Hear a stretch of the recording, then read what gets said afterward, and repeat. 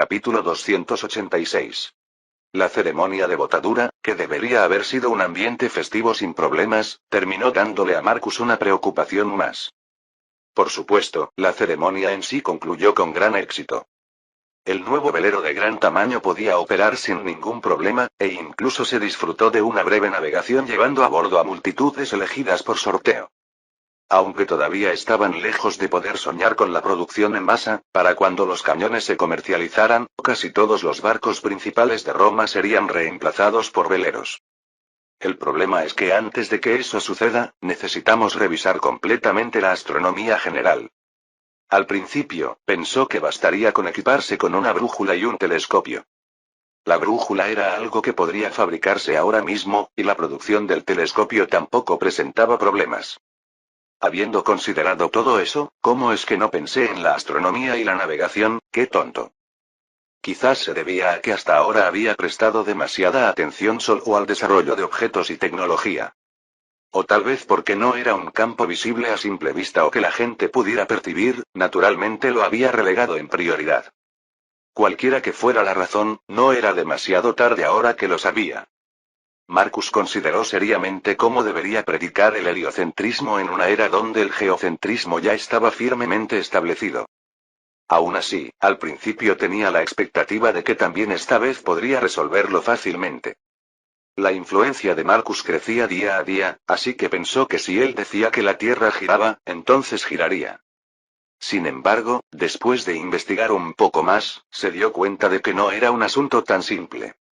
En esta época, el geocentrismo era una disciplina sofisticada y ya era una ciencia objetiva que había pasado por varias verificaciones.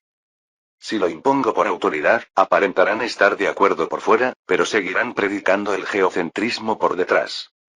Esto era completamente diferente a reformar métodos agrícolas arraigados en la costumbre o a predecir acontecimientos futuros.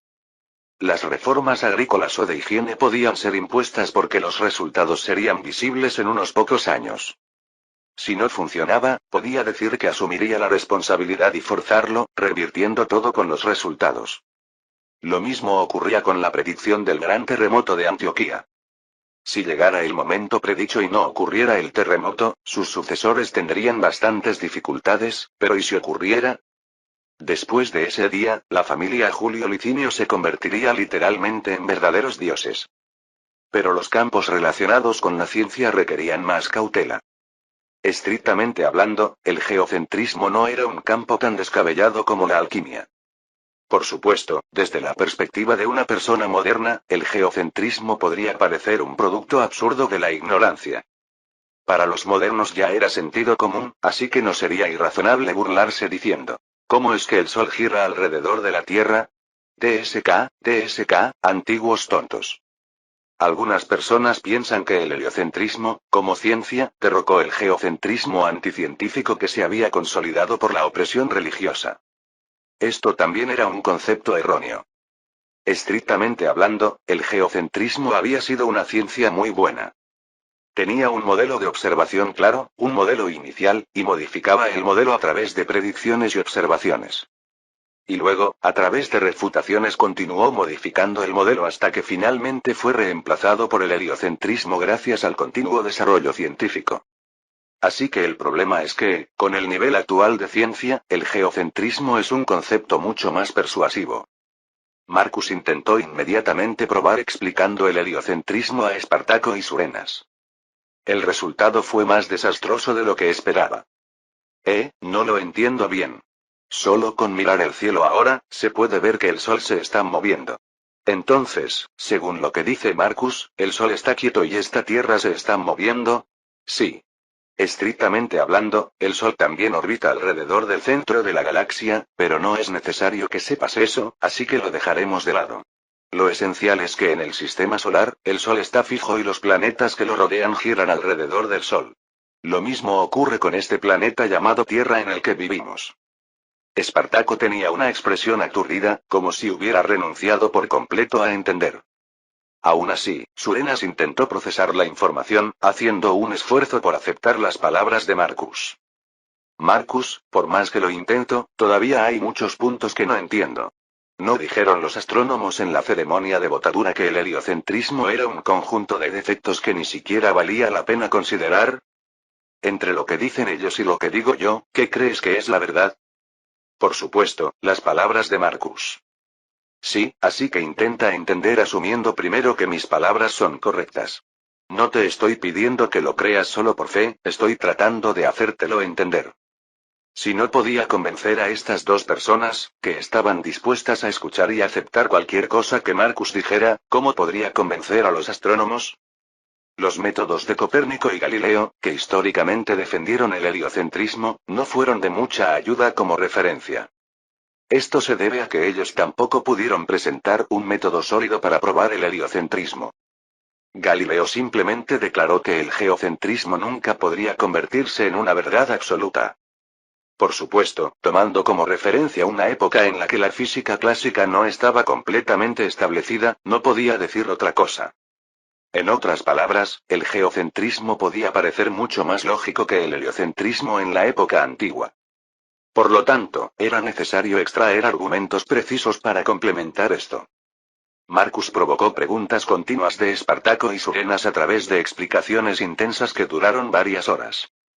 Después de recibir algunas preguntas sobre por qué no ocurrían ciertos fenómenos si realmente la Tierra giraba, su mente se volvió aún más complicada. Esto se debía a que para explicarlo todo, tendría que explicar leyes que sonarían como un lenguaje alienígena para las personas de esta época. Ahora entiendo por qué Aristarco solo recibió burlas de los astrónomos. Originalmente, la ciencia no es algo que exista de forma aislada. Así como tuvieron que elevar las técnicas básicas de fundición del hierro para fabricar armaduras de placas, el heliocentrismo también requería establecer numerosas teorías relacionadas. Pero en realidad, Marcus no podía explicar todas esas numerosas teorías una por una. No hay otra opción. Comencemos por incluir el heliocentrismo en el plan de estudios regular. La fundación de instituciones de educación superior y universitaria que Marcus estaba planeando se encontraba ahora en su etapa final. La academia militar ya estaba funcionando con éxito, y pronto se presentarían instituciones para cultivar técnicos y académicos en diversos campos. Por supuesto, esto incluiría navegantes y astrónomos. Primero tendré que buscar personas para ser profesores. Y luego podré dejar los futuros debates a esas personas. El método de Marcus era ejecutar inmediatamente una vez que había hecho un plan. De inmediato invitó a renombrados astrónomos de Egipto y Grecia a su ubicación. Era la inauguración del Seminario de Astronomía de Ctesifonte, que sería registrado como el punto de inflexión más importante en la historia de la astronomía. Los astrónomos que recibieron la invitación de Marcus expresaron con gusto su voluntad de asistir al seminario. Pero la distancia desde Alejandría y Grecia hasta Ctesifonte no era corta. Marcus consideró la conveniencia de los académicos, dando tiempo suficiente y proporcionando gastos de viaje abundantes. Así, la fecha de inauguración se fijó para medio año después. El tema se estableció como el Sol gira alrededor de la Tierra. La mayoría de los astrónomos consideraron que era una oportunidad para explicar sus teorías, que se habían consolidado desde Platón hasta Aristóteles. Y sorprendentemente, también había una minoría que creía genuinamente en las afirmaciones de Aristarco. Aunque eran una pequeña minoría, incluso llegaron a declarar públicamente que revelarían por qué el geocentrismo no tenía sentido. Mientras los académicos viajaban a Ctesifonte, Marcus primero reclutó profesores que serían su voz. Afortunadamente, debido a la construcción de veleros, muchos académicos y técnicos estaban quedándose en Ctesifonte, así que no fue difícil encontrar personas. Por supuesto, al principio, también ellos se opusieron, horrorizados por la explicación de Marcus. Gran Shah Hamza. Es un honor inmenso convertirse en profesor de la institución educativa que el Shah Hamza va a crear. Y creo que educar a talentos sobresalientes de esa manera es realmente una idea notable. Así es.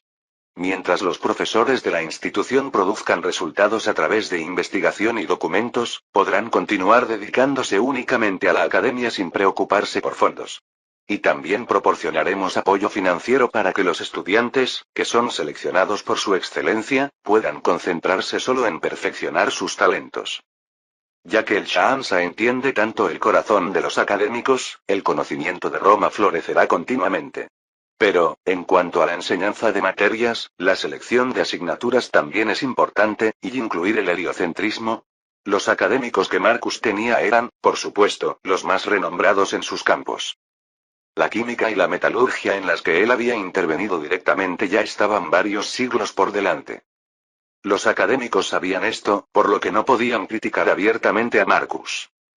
Aunque la característica de los académicos estrictos era decir lo que pensaban incluso ante figuras de autoridad, Marcus no era una figura de autoridad común. Ahora que lo pienso, ¿no eras discípulo del famoso Posidonio? Sí. Después de escuchar sus conferencias de astronomía, quedé profundamente impresionado y he dedicado mi vida a la investigación astronómica. Posidonio fue un gran académico. Posidonio, que falleció hace unos 10 años, fue uno de los más grandes intelectuales de esta época. Desde astronomía hasta geografía, política, filosofía e historia, no había campo que desconociera, y también había servido como embajador en Roma. Era un académico tan prestigioso que incluso Cicerón y Pompeyo asistieron a sus conferencias. Marcus estaba haciendo afirmaciones que contradecían directamente las palabras de tal Posidonio. ¿Acaso el Shaamsa planea descartar el geocentrismo y reconocer el heliocentrismo como la corriente principal en el debate que se celebrará dentro de medio año? Habrá una enorme resistencia. ¿Como la reacción de ustedes ahora? Disculpe mi atrevimiento, pero los académicos a veces tienen temperamentos acalorados. Algunos podrían incluso decir palabras irrespetuosas a Marcus. Si estuviera tratando de lavar el cerebro de las personas con teorías falsas, merecería ser insultado. Pero ustedes seguramente se convertirán en apóstoles del conocimiento que difundirán mi teoría por todo el mundo. Higino, por favor, registra esto. Sí, sí. Transcribiré todo sin omitir ni una sola letra. Un joven que recibió la orden de Marcus rápidamente abrió su cuaderno. El joven llamado Higino era un liberto de Octavio y un famoso escritor que había dejado su nombre incluso en la historia original.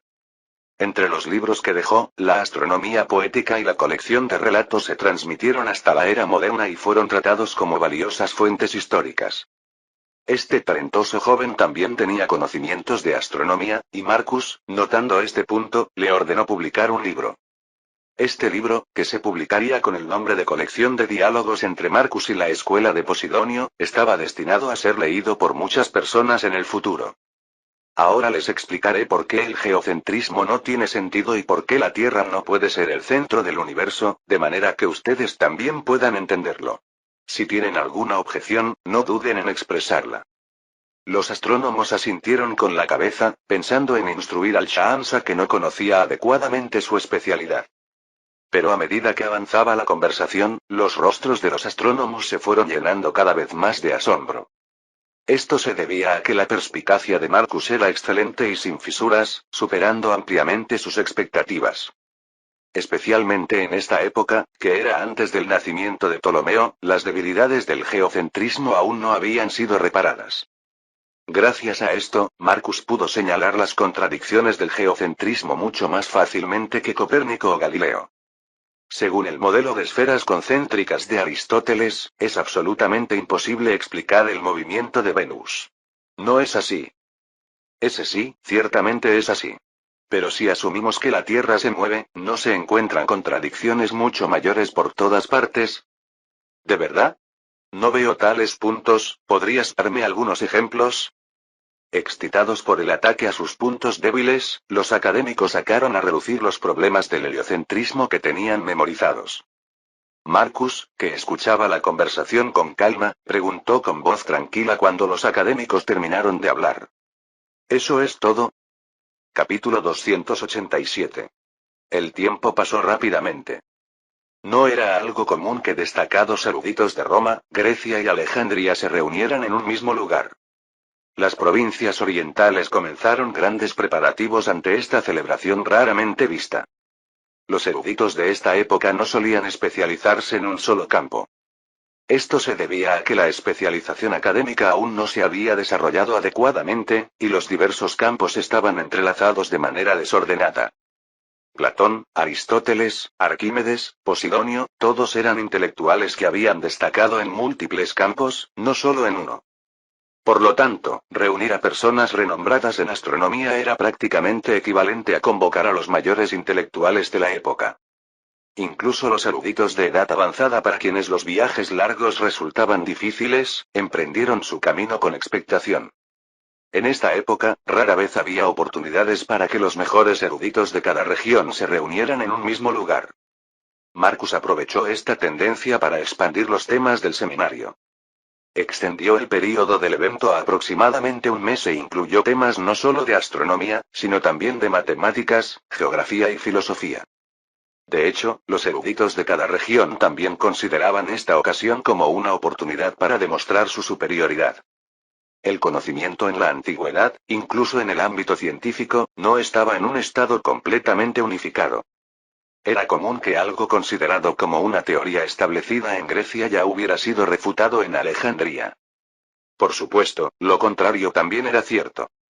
Incluso en el caso del geocentrismo, todos coincidían en que el Sol giraba alrededor de la Tierra.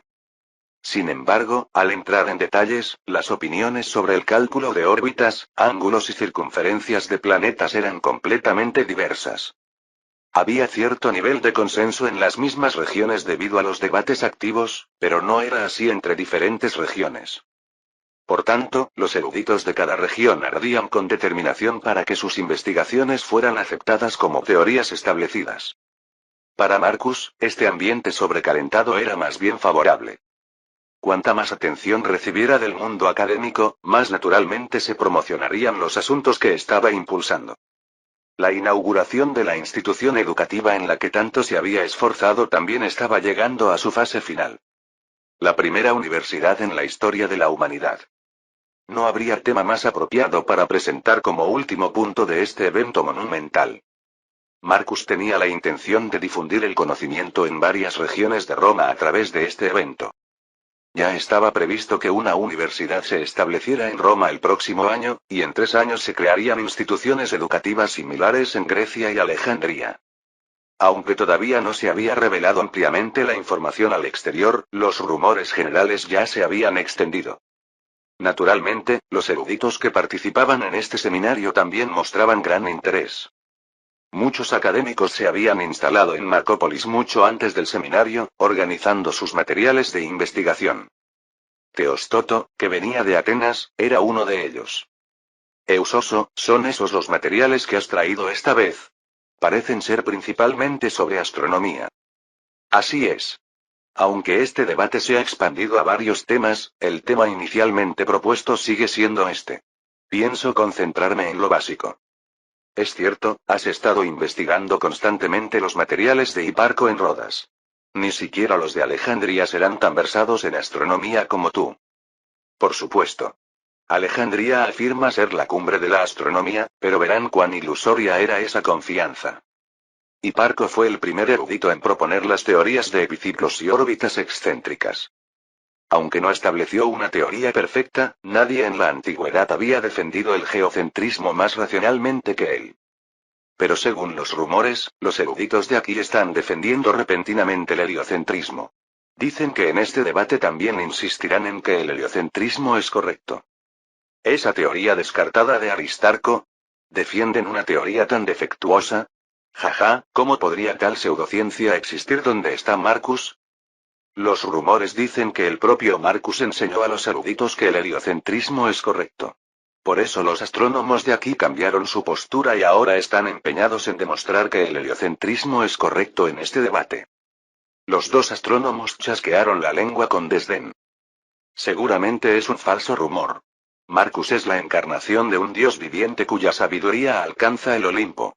Una persona así no haría una afirmación tan tonta. Creo que probablemente los eruditos de aquí están usando su nombre para llamar la atención. ¿Pero hacer algo tan atrevido no les costaría la cabeza? Mientras no lo proclamen ellos mismos, no pasa nada. Si no hay pruebas, no serán castigados. Teostoto consideró bastante plausible el razonamiento de su amigo. En el mundo griego, la percepción de Marcus era la de un líder ideal e impecable. También le seguía la evaluación de ser el líder que más se acercaba al ideal del gobierno de los filósofos que Platón había propuesto. Era simplemente increíble pensar que tal persona haría la extraña afirmación de que la Tierra se mueve. Escuché que los representantes de esta región habían heredado la tradición académica del gran Posidonio, pero están por debajo de las expectativas. Entonces este debate será entre Atenas, Rodas y Alejandría. ¿Qué hay de Roma? ¿Roma? Ellos solo usan lo que nosotros y Alejandría investigamos. Son buenos aplicando el conocimiento, pero terriblemente malos creando algo nuevo. No vale la pena prestarles atención. Es cierto, la mayoría de los altos funcionarios romanos van a estudiar a Alejandría o Rodas. No hay posibilidad de que presenten algún logro significativo. Entonces, solo necesitamos derrotar contundentemente a los de Alejandría. Propagar la propia teoría en un lugar donde se reúnen eruditos de todo el mundo es algo emocionante por sí mismo. Los eruditos de Atenas y Rodas tenían la intención de demostrar una vez más su superioridad a través de este debate. No tenían ninguna intención de ceder el lugar de cuna del conocimiento a Alejandría, que recientemente ascendía con fuerza. En otras palabras, la única región que les preocupaba era Alejandría. Y lo mismo ocurría con los eruditos venidos de Alejandría. Si hubiera alguien con una teoría superior a la suya, serían los de Atenas o Rodas. Ya ni siquiera consideraban a los eruditos de las provincias orientales que supuestamente defendían teorías extrañas como el heliocentrismo. Los eruditos de Roma o las provincias orientales eran simplemente actores secundarios para hacerlos brillar más. Pero nunca imaginaron que los eruditos de las provincias orientales, que habían escuchado la gran conferencia de Marcus, pensaban exactamente lo mismo. Los preparativos del salón ya están completos. ¿Hubo alguien que se quejara de incomodidades? Aunque muchos de los eruditos son bastante meticulosos y tienen muchas peticiones, no hubo quejas particularmente graves. De hecho, bastantes preguntaron si podían quedarse después de ver el avanzado ambiente de investigación de aquí. Eso no es posible. Ellos deben regresar a sus regiones y asumir el cargo de profesores allí. Para los eruditos que han dedicado su vida a la investigación, el ambiente de investigación es lo más importante, en primero, segundo y tercer lugar. Los eruditos que visitaron los superiores laboratorios creados por Marcus quedaron inmediatamente cautivados por un entorno incomparable con el lugar donde estaban. Especialmente, los alquimistas fueron los más impactados. El asombro de los alquimistas de otras regiones al ver a investigadores que ya seguían el camino de la química adecuada, no de la alquimia, fue más allá de lo imaginable. Suplicaron insistentemente si podían investigar aquí también. Para Publius o Surenas, que no tenían autoridad para tomar tales decisiones, esto era simplemente incómodo. Pero Marcus, para un evento en el que ha puesto tanto esfuerzo, ¿no debería subir personalmente al estrado? Por supuesto que no. Es mejor que yo participe solo como figura que adorna el lugar. ¿No es mejor en términos de imagen que los eruditos que han recibido mi enseñanza asuman ese papel, en lugar de que yo, como la máxima autoridad, ilumine directamente a los eruditos? Es cierto, realmente no hay necesidad de que Marcus se suba al mismo escenario que ellos. Transmitir conocimiento es suficiente incluso con personas que han recibido las enseñanzas de Marcus, ciertamente, dar esa impresión parece mejor. Marcus respondía a las preguntas de Surenas mientras seguía garabateando algo sin apartar la vista de los documentos. La mirada perpleja de Surenas, observando esta escena, se fijó en el sello impreso en el documento. Es un documento de Roma. ¿Ha surgido algún problema? No es nada grave. Para no ser grave, parece que lo está examinando muy cuidadosamente. No hay opción. Es un asunto relacionado con el matrimonio de mi hija. ¿Ma matrimonio? ¿Sofía va a casarse? La cuestión de los eruditos que ocupaba su mente hasta hace un momento desapareció instantáneamente. Ante la atónita reacción de Surenas, Marcus sonrió y negó con la cabeza. Eventualmente la casaré, pero no ahora mismo. Dada la posición de Sofía, pedí una investigación porque probablemente habría varias familias interesadas en ella. Ah, eso tiene mucho sentido. Después de todo, es la nieta de César y la hija mayor de Marcus. Además, como es prácticamente una diosa viviente en Roma ahora, las familias nobles con hijos de edad similar naturalmente estarían interesadas. En realidad, no es exactamente así. Marcus continuó, entregando a Surenas un documento de su escritorio. Yo también pensé que existía esa posibilidad, pero sorprendentemente, prácticamente no hay nobles acercándose a Sofía, según me informan. Tanto las palabras de Julia como los reportes de los investigadores que pedí por separado coinciden. Octavio, disculpe, ahora es Octaviano, ¿verdad? ¿Podría ser debido a su presencia? Ustedes dos son bastante cercanos. Aunque Octaviano recientemente entró al Senado y fue elevado a noble, no creo que sea solo por él. Más bien, podría haber quienes piensen. Si él puede, ¿por qué yo no? Esto es diferente de la historia original, donde su trasfondo como único heredero de César era firme. El Octaviano actual era simplemente un pariente de César y Marcus. Por supuesto, incluso con ese trasfondo, ya se consideraba de un rango más noble que muchas familias aristocráticas prominentes en la Roma actual. Entonces, ¿cuál es la razón? Les resulta intimidante.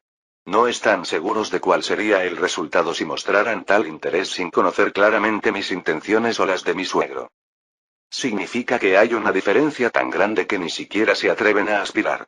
Entiendo más o menos la sensación. Marcus, recibiendo de vuelta la carta, asintió satisfecho. Según el informe recibido, todo estaba fluyendo según sus intenciones. El momento está madurando, así que ahora Roma también debe comenzar a moverse. Está pensando en regresar. Con la universidad prevista para el próximo año, debería regresar una vez para conmemorarla. También para ver caras queridas después de tanto tiempo. Entonces prepararé todo sabiendo eso. Espera. Todavía queda una cosa más. Cuando Surenas estaba a punto de salir del despacho, Marcus lo llamó de nuevo. Luego, desplegó ordenadamente el documento que había estado redactando y se lo entregó a Surenas. De camino, lleva esto a mi comité consultivo. Es la nueva organización de auditoría del Senado, diles que la revisen. La crisis especulativa de la Mugunwa y el intento fallido de emisión de acciones aún no habían concluido completamente su proceso de seguimiento. Aunque los daños se habían recuperado, todavía se estaban debatiendo leyes para prevenir su recurrencia. Las leyes para controlar a la clase ecuestre que había cometido corrupciones estaban completas, pero los senadores también habían aceptado sobornos. Esta vez se había pasado por alto, pero se necesitaba un organismo de supervisión para evitar que tales incidentes ocurrieran en el futuro. Como la justificación era clara, incluso el Senado tendría que aceptarlo. En realidad, haberles permitido escapar sin castigo en ese momento había sido simplemente un trabajo preparatorio para crear esta organización. Una sonrisa apareció en el rostro de Surenas mientras revisaba el organigrama. Es una organización que reemplaza a los censores tradicionales, ¿verdad? Sí. He dividido las autoridades de los censores anteriores en partes más pequeñas. El censo, la administración de propiedades estatales, la recaudación y la observación de la conducta de los senadores serán manejados por diferentes departamentos de la organización. La intención de dispersar la autoridad que estaba demasiado concentrada es excelente. Pero lo crucial es quién dirigirá esta organización, ha designado a una persona excelente. A primera vista, parecía que se había debilitado el poder al dispersar la autoridad que los censores tradicionales tenían, pero la realidad era diferente. Aunque esto podría ser cierto para los departamentos individuales, el jefe de la oficina de auditoría que supervisaría toda la organización tendría un poder considerable. Y el nombre del joven que encabezaría esta organización era, sin lugar a dudas, el hombre de Marcus. Octaviano. Capítulo 288. Tras un largo período de preparación, finalmente llegó el día en que los intelectuales de todo el mundo confrontarían sus logros. La gente común generalmente solo está interesada en los precios de los productos básicos que utilizan, no en este tipo de conferencias académicas. Sin embargo, esta vez, como Marcus había organizado un gran festival conectado con esto, la atención pública estaba suficientemente concentrada. Como era la primera conferencia académica que se celebraba en la historia, Marcus decidió todo el formato. Primero, los académicos representativos de cada región que habían logrado importantes contribuciones en este campo presentaron sus resultados de investigación. Contrario a los rumores que circulaban, Marcus no hizo una presentación él mismo, sino que observó las presentaciones de los académicos desde atrás. Aún así, el simple hecho de que el máximo gobernante de Roma participara en este evento hizo que los académicos se esforzaran aún más. Era un hecho obvio que atraer la atención de Marcus aquí ayudaría enormemente en futuras investigaciones. Es un gran honor que el gran Shaansa nos honre con su presencia. Solo vine a observar, así que no te preocupes y haz tu presentación con tranquilidad. Marcus se sentó en un asiento especial desde donde podía ver simultáneamente el podio y la audiencia, y miró a su alrededor con calma. El ambiente en la sala era extremadamente serio y tenso. Después del breve alboroto por la aparición de Marcus, los académicos volvieron a concentrarse en las presentaciones con rostros serios. Lo que llamó la atención fueron, como era de esperar, los últimos resultados de investigación presentados por los académicos de Alejandría y Rodas. La teoría de Eusoso, que refinaba los resultados de investigación de Hiparco, provocó exclamaciones de asombro de todos los astrónomos. Por lo tanto, el modelo concéntrico tradicional no podía predecir con precisión el movimiento del Sol y los planetas. Un ejemplo típico es la velocidad irregular de la órbita planetaria. La teoría existente de Aristóteles nunca pudo explicar el movimiento retrógrado de los planetas. Por eso Hiparco creó el modelo de epiciclos y excéntricos. Esta teoría sostenía que los planetas no simplemente orbitaban alrededor de la Tierra en un círculo, sino que el centro de sus órbitas seguía un círculo que rodeaba la Tierra. Para explicar esto en detalle, Eusoso dibujó múltiples órbitas circulares increíblemente complejas en un gran papel. Los académicos al principio miraron esto con escepticismo, pero al calcularlo, no había contradicciones para explicar los movimientos observados de los cuerpos celestes hasta ahora. Eusoso terminó su apasionada presentación de la teoría que había organizado, sudando profusamente. Esto concluye la teoría del señor Hiparco que he materializado y establecido. La he revisado innumerables veces, pero me enorgullece decir que no existe una teoría más precisa que pueda explicar el movimiento de los planetas.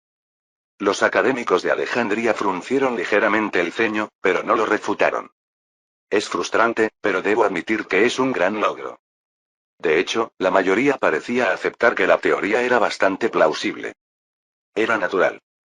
El modelo de epiciclos y excéntricos fue una teoría que no se descartó completamente hasta la aparición de Newton. Sin embargo, ahora era diferente. El que subió al podio después de Eusoso era un académico de una provincia oriental. Contrario a las expectativas de todos, no era un académico de edad avanzada sino un joven quien tomó la presentación. Cayo Julio Higino, quien había estado a cargo de la publicación de la colección de diálogos de Marcus, estaba destinado a ser el protagonista de esta conferencia académica. Nadie esperaba que un joven tan inexperto hiciera una presentación impresionante. Pero con las primeras palabras que pronunció sin titubear, toda la atención se centró en él de inmediato. He recibido enseñanzas del gran Shaansa Marcus sobre la verdadera naturaleza de este universo. Quiero aclarar que esto se basa en hechos respaldados por teorías claras y cálculos, no en especulaciones inciertas. ¿El Shaansa? La presentación del señor Eusoso sobre sus resultados de investigación fue excelente. Sin embargo, en realidad, no nos sorprendió esta teoría. El señor Poseidonio ya conocía los resultados de investigación del señor Hiparco, y nosotros también estábamos bastante familiarizados con el contenido de esa investigación. También creíamos que ese era el principio. ¿Cómo está estructurado este mundo y cómo funciona? Estábamos llenos de confianza segura de que habíamos vislumbrado el origen de este mundo. Pero esto era diferente de la realidad. Señores. Higino miró brevemente hacia Marcus, quien seguía sonriendo levemente, respiró hondo y declaró con firmeza. El Sol no orbita alrededor de la Tierra. La verdad es más bien lo contrario. Los planetas del sistema solar giran y rotan alrededor del Sol. Esto es... Sus palabras fueron interrumpidas momentáneamente por los abucheos que estallaron por todas partes. ¿Debemos escuchar las ideas absurdas de Aristarco incluso en un lugar como este? Si la Tierra se mueve, ¿por qué no sentimos nada? ¿La velocidad de movimiento debe ser realmente lenta? Ja, ja, ja. DSK, DSK, DSK, dicen que los jóvenes de hoy tienden a contar historias absurdas así. A pesar de las reacciones burlonas que venían de todas direcciones, la expresión de Higino no cambió en absoluto. Había anticipado que ocurrirían estas reacciones. ¿Acaso ellos mismos no habían tenido exactamente este tipo de pensamientos cuando escucharon las palabras de Marcus por primera vez? El señor Eusoso dijo que podía explicar el movimiento de los cuerpos celestes con los conceptos de epiciclos y excéntricos. Pero eso se debe solo a las limitaciones de las técnicas de observación hasta ahora. Naturalmente, solo podemos ver una vista limitada cuando observamos el cielo nocturno a simple vista. Entonces, si no observamos los cuerpos celestes con los ojos, ¿con qué los observamos? ¿Acaso se pueden ver mejor los planetas con los ojos de la mente? Ja, ja, ja, ja. El público estalló en risas. Sin embargo, algunos académicos, al darse cuenta de que Marcus era quien proponía esta teoría, reprimieron las burlas que habían surgido. Marcus, quien había estado observando la escena con calma, hizo una discreta señal y los asistentes trajeron un gran objeto cilíndrico. Cuando la atención de la gente se centró en ese objeto, Higino continuó su explicación con voz clara. Este es un objeto creado por el Shah Ansa. Amplía los objetos mucho más de lo que se ve a simple vista, permitiendo ver fácilmente lugares distantes. Entre nosotros lo llamamos el ojo de Júpiter. ¿Amplía y muestra objetos distantes? Sí. Lamentablemente, como este objeto también está clasificado como secreto militar, su método de fabricación no ha sido revelado. Pero si hay alguien interesado, puede experimentarlo aquí. Tan pronto como Higino terminó de hablar, las manos de los académicos se levantaron. Si esas palabras no eran mentira, este era verdaderamente un invento asombroso. Si solo se pudiera ver objetos distantes como si estuvieran cerca, esto no solo sería útil para la astronomía. Los campos donde podría utilizarse de manera efectiva abundaban. Militar, navegación, medicina, entre otros. Higino invitó a 2 o 3 académicos de cada región al podio para que experimentaran el telescopio. Uf.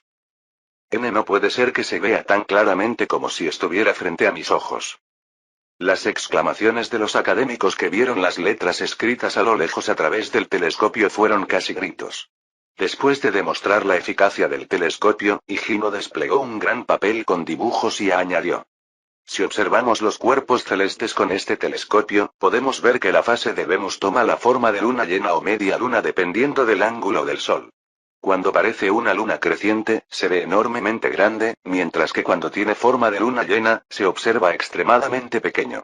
Este es un dibujo que muestra cómo se ve Venus. Por el ángulo, para que Venus parezca una luna creciente, naturalmente debe estar más cerca que el Sol, y para parecer una luna llena, debe estar más lejos que el Sol. Sin embargo, si Venus orbitara dentro del Sol, como sostiene la teoría geocéntrica, no podría tener una fase mayor que media luna. Esto era claramente imposible desde el punto de vista angular.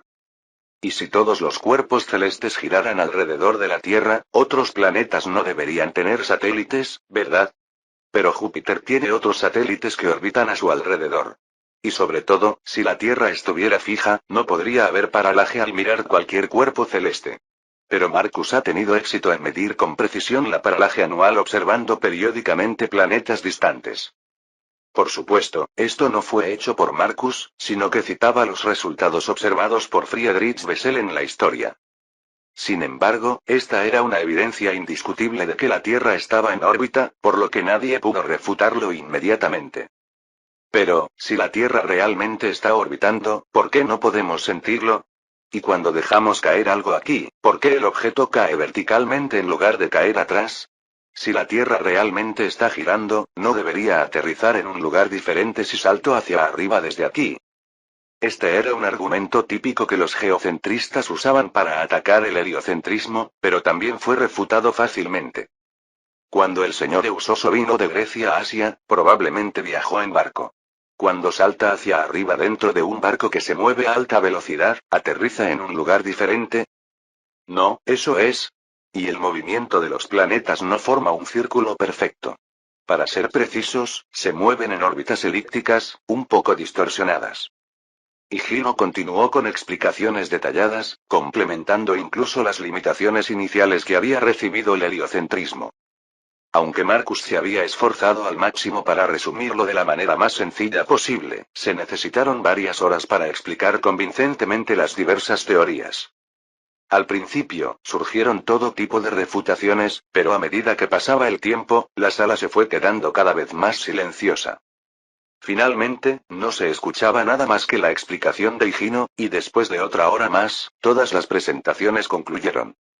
Las reacciones de los astrónomos, cuyas verdades hasta ahora conocidas habían sido completamente negadas, fueron diversas.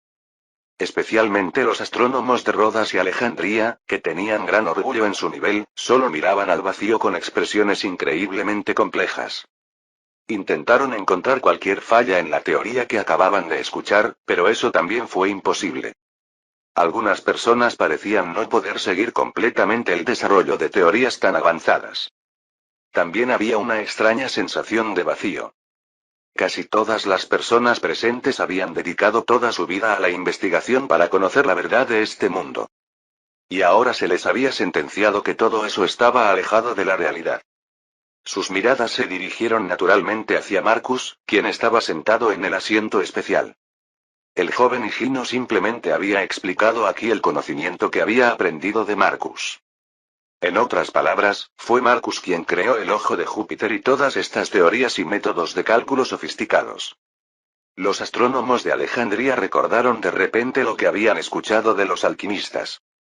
Él es el verdadero Dios viviente, Amon-Ra y Serapis, Osiris que ha regresado al mundo mortal. No dudes y síguelo. Entonces podrás conocer la verdad del mundo. Al principio, se preguntaron si estaban firmemente engañados. Originalmente, los académicos intentan mantener un pensamiento objetivo y racional. Incluso si Marcus ya era considerado un dios viviente en Alejandría, muchos académicos mantenían una actitud reservada. Sin embargo, ahora incluso esas personas lo aceptaban naturalmente. ¿No era cierto que incluso un joven tan inexperto, después de pasar por las manos de Marcus, podía dejar sin palabras a respetados académicos? ¿Un dios viviente? No solo recibía reconocimiento del público en general, sino que los mejores intelectuales de esta era lo declaraban oficialmente, lo que tenía un peso completamente diferente. La verdadera intención de Marcus al organizar esta conferencia académica internacional floreció perfectamente con esto. Capítulo 289. El primer intercambio académico internacional de la historia concluyó con gran éxito. Las teorías de Marcus se aplicaron en numerosos campos y los académicos pudieron ver claramente el camino que debían seguir en adelante. Gracias a esto, la presentación de la universidad que cerró el evento también recibió una respuesta increíble. Había tantos académicos que querían solicitar puestos de profesor que sería necesario realizar una evaluación separada. El público general también mostró gran interés. Era una reacción natural, ya que si alguien era brillante y talentoso, el Estado se comprometía a desarrollar su potencial. En cualquier época, los padres desean que sus hijos vivan una vida mejor que la suya.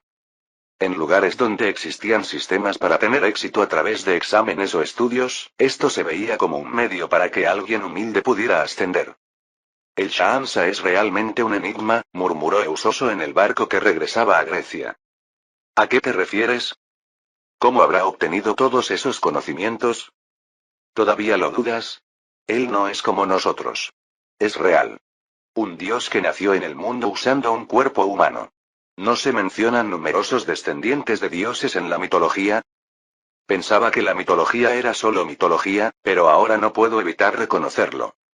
Eusoso aún no había superado completamente el impacto recibido en el debate astronómico. El shock de que todas las verdades en las que había creído hasta ahora fueran negadas era indescriptible. Pero no sintió solo desesperación o remordimiento. Incluso experimentó una especie de placer cuando se encontró con fórmulas que eran incomparablemente más concisas y limpias que su propia teoría. Las tareas de investigación para el futuro se acumulaban como montañas. Sintió una frescura en su corazón como cuando se encontró con la astronomía por primera vez. Pero en cuanto al impacto recibido, Teostotos había experimentado uno mayor que Eusoso. Tú solo participaste en astronomía, por eso aún no sientes completamente el impacto. Yo asistí a debates en 3 campos diferentes y realmente mi percepción del mundo ha cambiado por completo. ¿Tanto así? Bueno, incluso solo con la astronomía fue un shock tremendo, así que puedo imaginar si fue similar en otros campos. Hasta ahora solo hemos estado alardeando como académicos con conocimientos que no son más que polvo. Habrá un gran alboroto en Atenas y Rodas. Parece que todas las teorías establecidas durante cientos de años serán descartadas. ¿Solo Atenas y Rodas? Roma y Alejandría también se pondrán patas arriba. Y hablando con precisión, esto no es un alboroto, sino una revolución. Teostotos sonrió con un rostro que aún mostraba signos de excitación. Debemos estar agradecidos de vivir en esta época de gran transformación. ¿Cuántos pueden presenciar este panorama donde todo lo que conocíamos se derrumba y una nueva verdad toma su lugar? Viéndolo así, tienes razón. Pero, ¿por qué precisamente ahora? Debe haber una razón por la que Marcus apareció. Seguramente los dioses también estaban frustrados. Ver a los humanos peleando entre sí sobre quién tiene razón, con teorías extrañas sin progreso. Por eso apareció para transmitir la verdad. Así es como he decidido pensar. Al escucharlo, parecía plausible, así que Eusoso asintió. En realidad, la razón no importaba. Como dijo su amigo, haber nacido en esta época como intelectual era una fortuna irrepetible. Era una bendición celestial tan generosa que no bastaría con dar gracias a los dioses varias veces. Eusoso pensó, aunque pareciera un poco fuera de lugar, que al regresar debería esforzarse en cuidar su salud. Deseaba vivir un poco más para poder presenciar hasta el final los cambios que se avecinaban.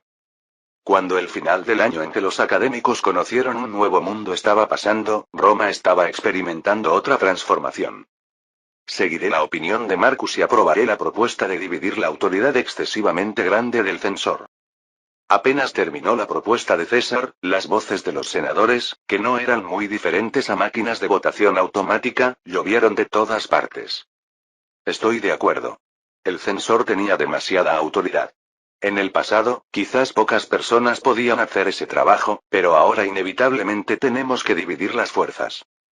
La propuesta de dividir la autoridad en varias organizaciones y que el jefe de la organización supervise el trabajo general parece muy razonable. También estoy de acuerdo. Catón era el único que miraba con disgusto esta escena que parecía casi una competencia de lealtad. Después de tomar un respiro, como siempre, emitió su voto de oposición con convicción. Creo que deberíamos ser más cautelosos. El censor es un cargo con una historia respetable de más de 300 años. ¿No deberíamos tener más debates antes de eliminar tal cargo de la noche a la mañana? Normalmente, las palabras de Catón habrían provocado una avalancha de objeciones de otros senadores, pero últimamente no era necesario. Sabían bien que había alguien que refutaría sin que tuvieran que intervenir. Como siempre, toda la atención se centró en Cicerón, quien levantó la mano y se puso de pie. Desde su regreso al Senado, él y Catón se habían convertido en adversarios que se atacaban mutuamente a diario. Por otro lado, mantenía una buena relación con César, quien le había ayudado a recuperar su lugar en el Senado. Las preocupaciones de que César se convertiría abiertamente en rey si obtenía poder absoluto resultaron ser infundadas, así que no había nada que temer. Aunque el cargo de cónsul perpetuo le causaba cierta repulsión, lo aceptó como inevitable. De hecho, como fue el Senado quien insistió en retener a alguien que quería retirarse, parecía impropio cuestionar esto ahora. Comprendo en parte, como conservador, las palabras de Catón sobre mantener la tradición. Pero está pasando por alto algo importante. Solo las tradiciones que valen la pena deben mantenerse. Pensar que simplemente porque algo es antiguo debe preservarse la tradición, tal pensamiento naturalmente rigidiza la sociedad. ¿Cómo conquistó Roma el mundo?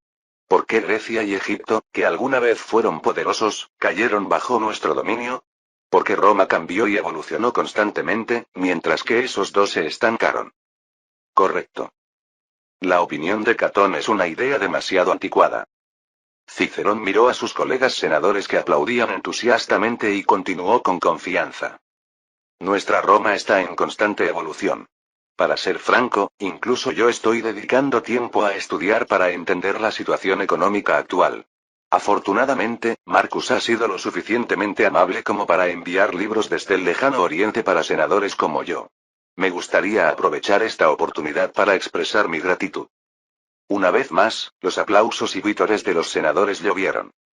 Incluso Catón hasta ahora solo había estado escuchando sin poder refutar nada. Cuando los tiempos cambian y las circunstancias cambian, naturalmente las instituciones también deben adaptarse.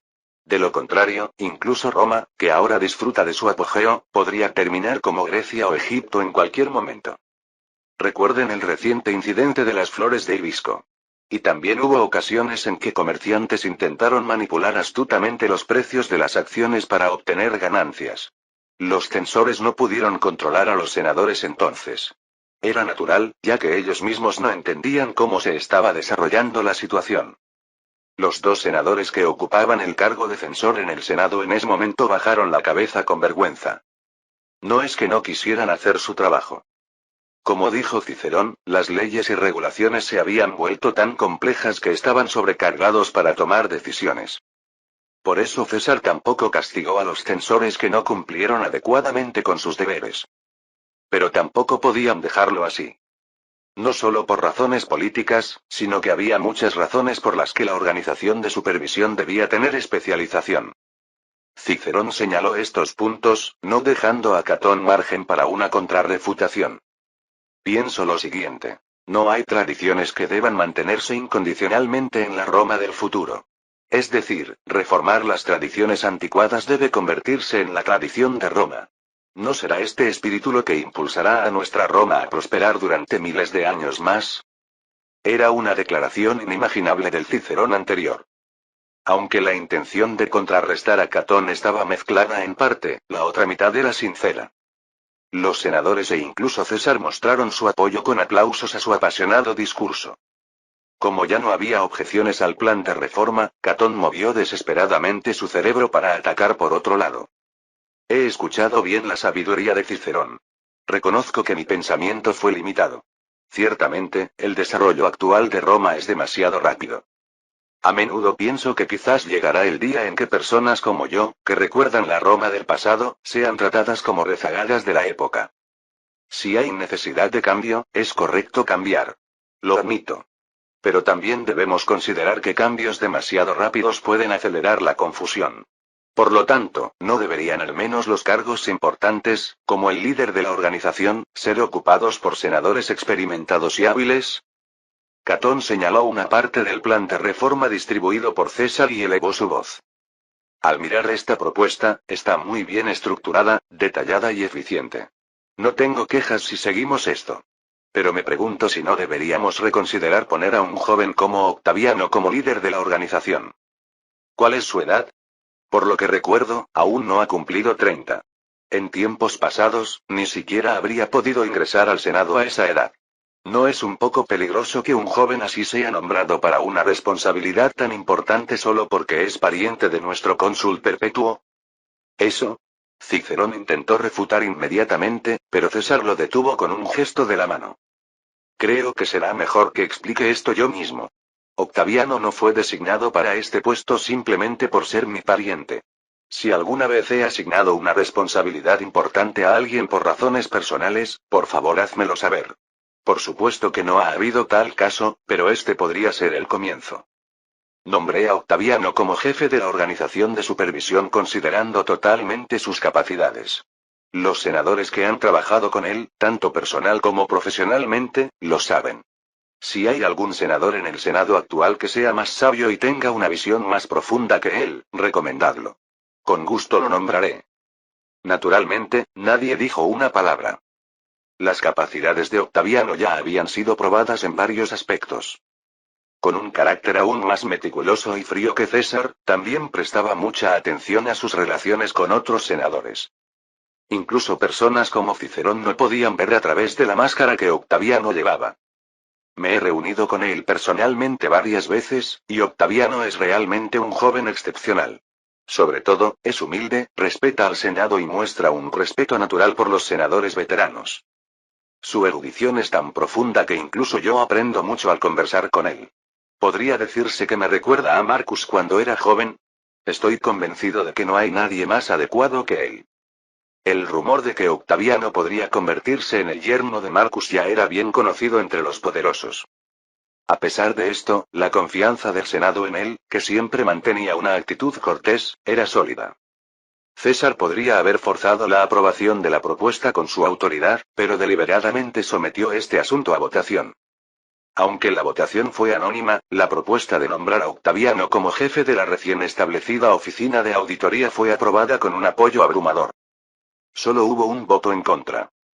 Era prácticamente un sistema de identificación para los votos en contra. Capítulo 290. El censor de Roma no tenía un poder real que llegara al nivel del cónsul. Sin embargo, quienes asumían el cargo de censor normalmente habían sido cónsules y era imposible ocupar el puesto sin contar con una sólida confianza interna y externa. En cierto modo, asumir el cargo de censor era incluso más honorable que ascender al consulado. El puesto de jefe de la organización de auditoría que Octaviano asumiría era, en realidad, un cargo con más poder real que el de censor. Aunque nominalmente se habían dividido las facultades del censor, esto se limitaba solo a cada departamento. Octaviano, quien supervisaba todos estos departamentos, podría realizar solo todas las tareas que hacía anteriormente el censor si así lo decidiera. Además, mientras que el cargo de censor tradicional era ocupado por varias personas, ahora Octaviano desempeñaba ese papel solo. Ni el cónsul ni el senado tenían medios para controlarlo. La autoridad para controlar a Octaviano estaba limitada únicamente a César y Marcus. La gente observaba con una mezcla de expectativa e inquietud cómo se movería Octaviano con tan poderosa autoridad en sus manos. El sabio Octaviano no ejerció inmediatamente su poder tras obtener una autoridad tan fuerte. Tampoco mostró ningún tipo de arrogancia. Por el contrario, aumentó la confianza en él visitando a veteranos como Cicerón y Pisón para pedirles consejo. Incluso fue a presentar sus respetos a Catón, quien se había opuesto tanto a su nombramiento. A los ojos del público, Octaviano parecía una persona sin ambición de poder en absoluto. Algunos lo llamaban débil por estar siempre pegado a Sofía en los eventos oficiales. Pero el propio protagonista de estos rumores parecía no prestar ninguna atención a tales opiniones. Octaviano simplemente continuaba, como siempre, patrocinando artistas, asistiendo a espectáculos y disfrutando de debates con académicos. Y en la mayor parte del tiempo, cuando no estaba atendiendo asuntos oficiales, Sofía siempre estaba a su lado. Cuanto más te observo, más astuto me pareces. ¿A qué se refiere? Sofía colocó una pieza en el tablero de ajedrez con un sonido seco. No finjas. Estás haciendo que los cobardes senadores del Senado te vean como un cordero manso. Según recuerdo, quien me aconsejó hacer eso fue la persona sentada frente a mí. Lo habrías hecho de todas formas, aunque no te lo hubiera dicho. Es cierto. Gracias a usted, puedo disfrutar del efecto de fortalecer aún más mi imagen de debilidad. Octaviano colocó todas sus piezas en el tablero y esbozó una extraña sonrisa. Era una sonrisa que nunca había mostrado frente a los senadores. ¿Qué piensas hacer a partir de ahora?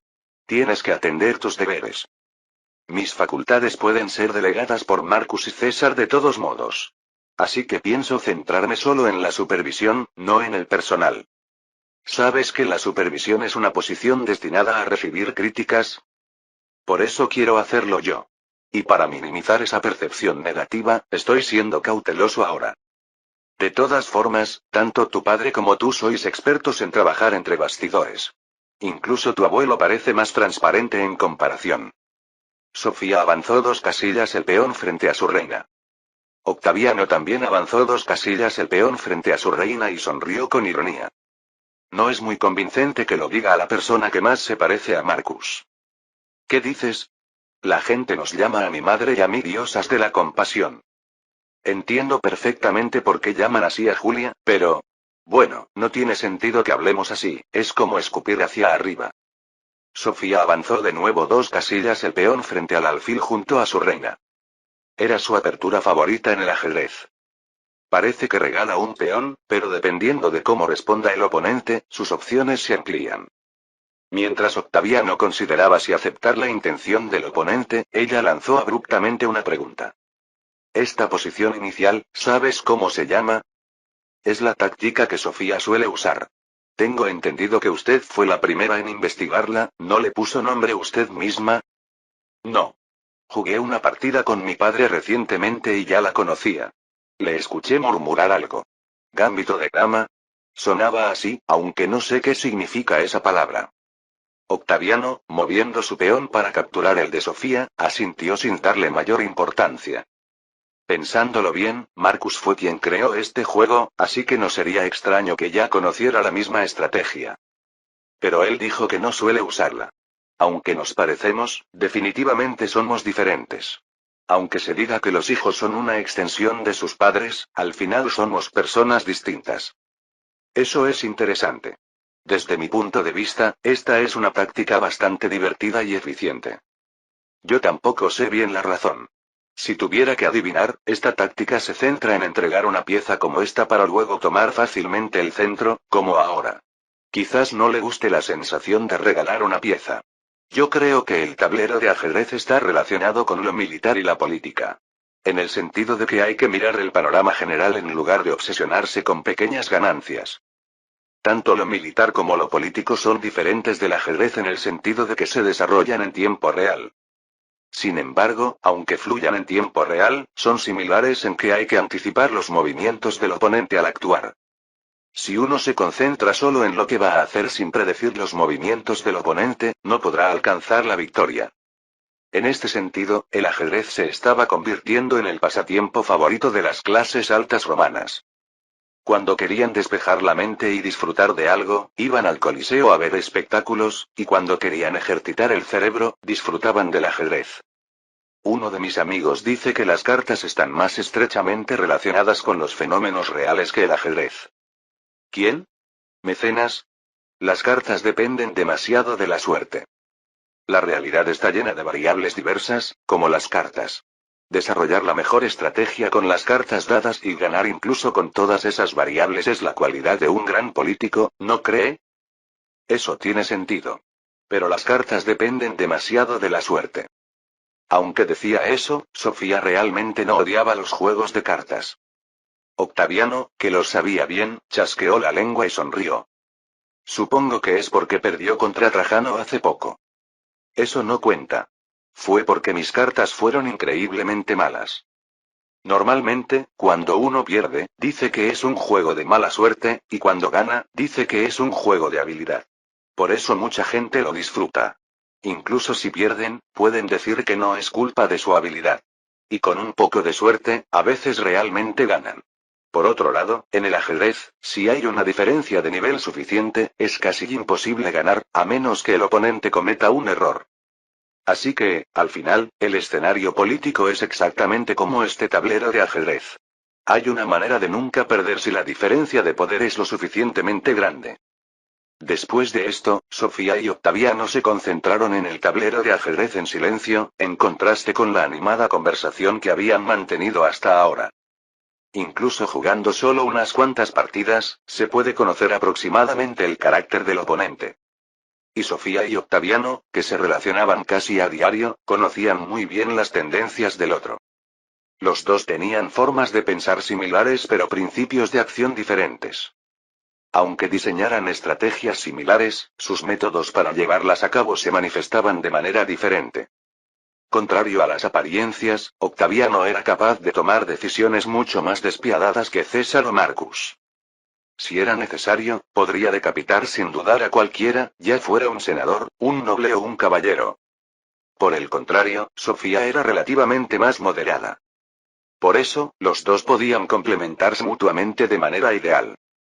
En la historia original, Octaviano también tenía excelentes consejeros a su lado, pero ahora la mayoría de ellos estaban junto a Marcus. Solo Mecenas, más o menos, permanecía a su lado como en la historia original. Incluso Mecenas había sido asignado por Marcus. Por lo tanto, la contraparte óptima con quien Octaviano podía abrirse sinceramente y debatir era Sofía, con quien había crecido desde pequeño. Por supuesto, lo contrario también era cierto.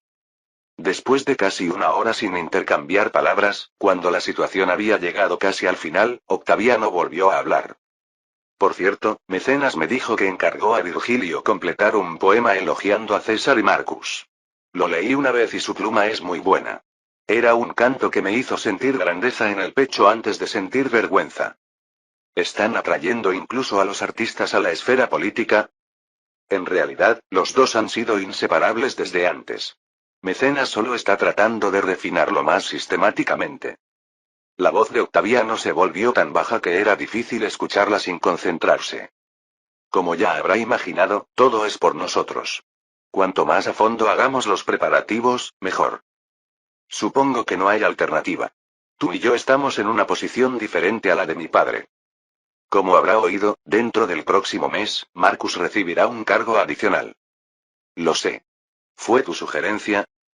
Actualmente, los poderes y títulos que César y Marcus poseían eran tantos que resultaba problemático enumerarlos todos. En el caso de Marcus, tenía la autoridad del primer hombre del Senado, cónsul perpetuo, los privilegios del tribuno de la plebe y la autoridad del censor. A esto se añadían los poderes de gobernador y el imperium prioritario que prevalecía sobre todo lo demás. César, además de todo esto, también ostentaba el título de Pontifex Maximus, es decir, el sumo sacerdote. Y ahora se decidió otorgar a Marcus el cargo de praefectus anonae, responsable de todo el suministro de alimentos de Roma. En realidad, esto era más cercano a garantizar legalmente el poder que Marcus ya estaba ejerciendo. Ser responsable del suministro de alimentos significaba también tener la vida de los ciudadanos en sus manos, pero los ciudadanos lo recibieron positivamente. A diferencia de otros campos, la posición de Marcus en la agricultura era de otro nivel. Para los agricultores independientes en declive y los pobres hambrientos, Marcus era literalmente un salvador. Aunque era un puesto que ejercía una autoridad mucho más extraordinaria que la del cónsul, no hubo opiniones en contra por esta razón. Incluso Catón pensó que esto era simplemente un proceso natural.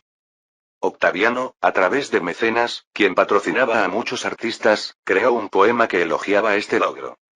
Había un hecho oculto en esta gran promoción. La autoridad otorgada a Marcus y César no era temporal. Esto se trataba como una especie de propiedad personal que les fue concedida, y Octaviano discretamente sugirió que esto se codificara en la ley. Esto incluía también una ley que establecía que, como Julia y Sofía eran las mujeres más dignas de Roma, debían disfrutar de más autoridad que cualquier otra mujer romana. En otras palabras, las dos podrían disfrutar juntas de los privilegios otorgados a las vírgenes vestales de Roma. Por supuesto, no existía la restricción de mantener la virginidad hasta la jubilación, como las vestales. Con esto, las mujeres de la familia Julius Licinius podrían poseer propiedad privada y ser libres de la autoridad patriarcal, como las vírgenes vestales. Así, Marcus y César podrían heredar legalmente su autoridad a sus sucesores. Esto era un poco diferente de la sucesión al trono. Un rey, después de todo, transmite el puesto de rey, pero las leyes de sucesión romanas estaban diseñadas para transmitir autoridad, no posición. Era solo un juego de palabras, pero la sensación que daba a la gente a la época era completamente diferente. Octaviano miró fijamente al rey de Sofía, que había permanecido pacientemente en su lugar hasta el final del juego, y sonrió significativamente. Cuando todos los preparativos estén completos, usted subirá al escenario. Yo mantendré el lugar a su lado. Fin del capítulo 290.